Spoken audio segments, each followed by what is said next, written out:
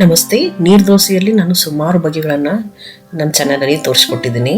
ಬನ್ನಿ ಇವತ್ತು ನೋಡೋಣ ತರಕಾರಿ ನೀರು ದೋಸೆಯನ್ನು ಹೇಗೆ ಮಾಡೋದು ಅಂತ. ಇದರಲ್ಲಿ ನಾವು ನಮಗೆ ಯಾವುದಿಷ್ಟೋ ಆ ತರಕಾರಿಗಳನ್ನು ಹಾಕಿಬಿಟ್ಟು ಈ ನೀರು ದೋಸೆ ಮಾಡ್ಕೋಬಹುದು.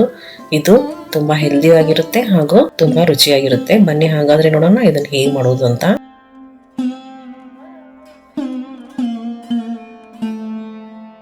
ಇದಕ್ಕಾಗಿ ನಾನಿಲ್ಲಿ ಸುಮಾರು 1 ಕಪ್ಪಷ್ಟು ದೋಸೆ ಅಕ್ಕಿಯನ್ನು ರಾತ್ರಿ ಇಡೀ ನೆನೆ ಇಟ್ಟಿದ್ದೆ.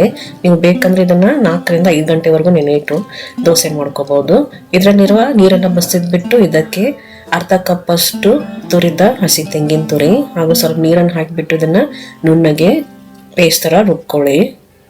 ಬನ್ನಿ ಇದಕ್ಕೆ ಸ್ವಲ್ಪ ತರಕಾರಿಗಳನ್ನು ಹಾಕೊಂಡು ಅದಕ್ಕೆ ತುರಿದ ಗಜ್ಜರಿ ಸ್ವಲ್ಪ ಸಣ್ಣಗೆ ಹೆಚ್ಚಿರುವ ಈರುಳ್ಳಿ, ಸ್ವಲ್ಪ ದಪ್ಪ ಮೆಣಸಿನ್ಕಾಯಿ ಸಣ್ಣಗೆ ಹೆಚ್ಚಿರೋದು, ಸ್ವಲ್ಪ ಕೊತ್ತಂಬರಿ ಸೊಪ್ಪು ಹಾಗೂ ಇಲ್ಲಿ ಸ್ವಲ್ಪ ಕುದಿಸಿದ ಸ್ವೀಟ್ ಕಾರ್ನ್ ಹಾಕೋತಾ ಇದ್ದೀನಿ. ಆಮೇಲೆ ಸ್ವಲ್ಪ ಪಾಲಕ್ ಸೊಪ್ಪು ಹಾಗೂ ಸ್ವಲ್ಪ ಕರಿಬೇವು ಸೊಪ್ಪು ಹಾಗೂ ಸಣ್ಣಗೆ ಹೆಚ್ಚಿರುವ ಹಸಿ ಮೆಣಸಿನ್ಕಾಯಿ ಮತ್ತು 1 ಟೀ ಸ್ಪೂನ್ ಅಷ್ಟು ಜೀರಿಗೆ ಮತ್ತು ರುಚಿಗೆ ತಕ್ಕಷ್ಟು ಉಪ್ಪನ್ನು ಹಾಕಿಬಿಟ್ಟು ಇದನ್ನು ಕಲಿಸ್ಕೊಂಬಿಡಿ ಒಂದ್ಸರ್ತಿ.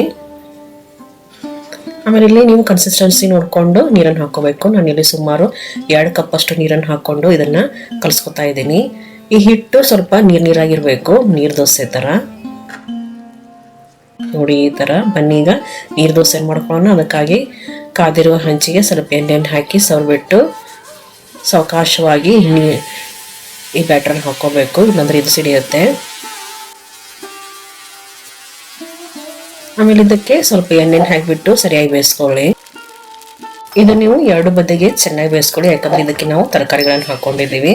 ಈ ತರಕಾರಿ ನೀರು ದೋಸೆಗೆ ನಿಮ್ಗೆ ಯಾವ ಇಷ್ಟವೋ ಆ ಸೊಪ್ಪು ಆ ತರಕಾರಿಗಳನ್ನು ಬಳಸ್ಕೊಂಡು ಈ ನೀರು ದೋಸೆ ಮಾಡ್ಕೋಬಹುದು. ನೋಡಿ ನಮ್ದೀಗ ನೀರು ದೋಸೆ ತಯಾರಾಯಿತು. ಇದನ್ನು ನೀವು ಕೊಬ್ಬರಿ ಚಟ್ನಿಯೊಂದಿಗೆ ಸರ್ವ್ ಮಾಡ್ಬೋದು.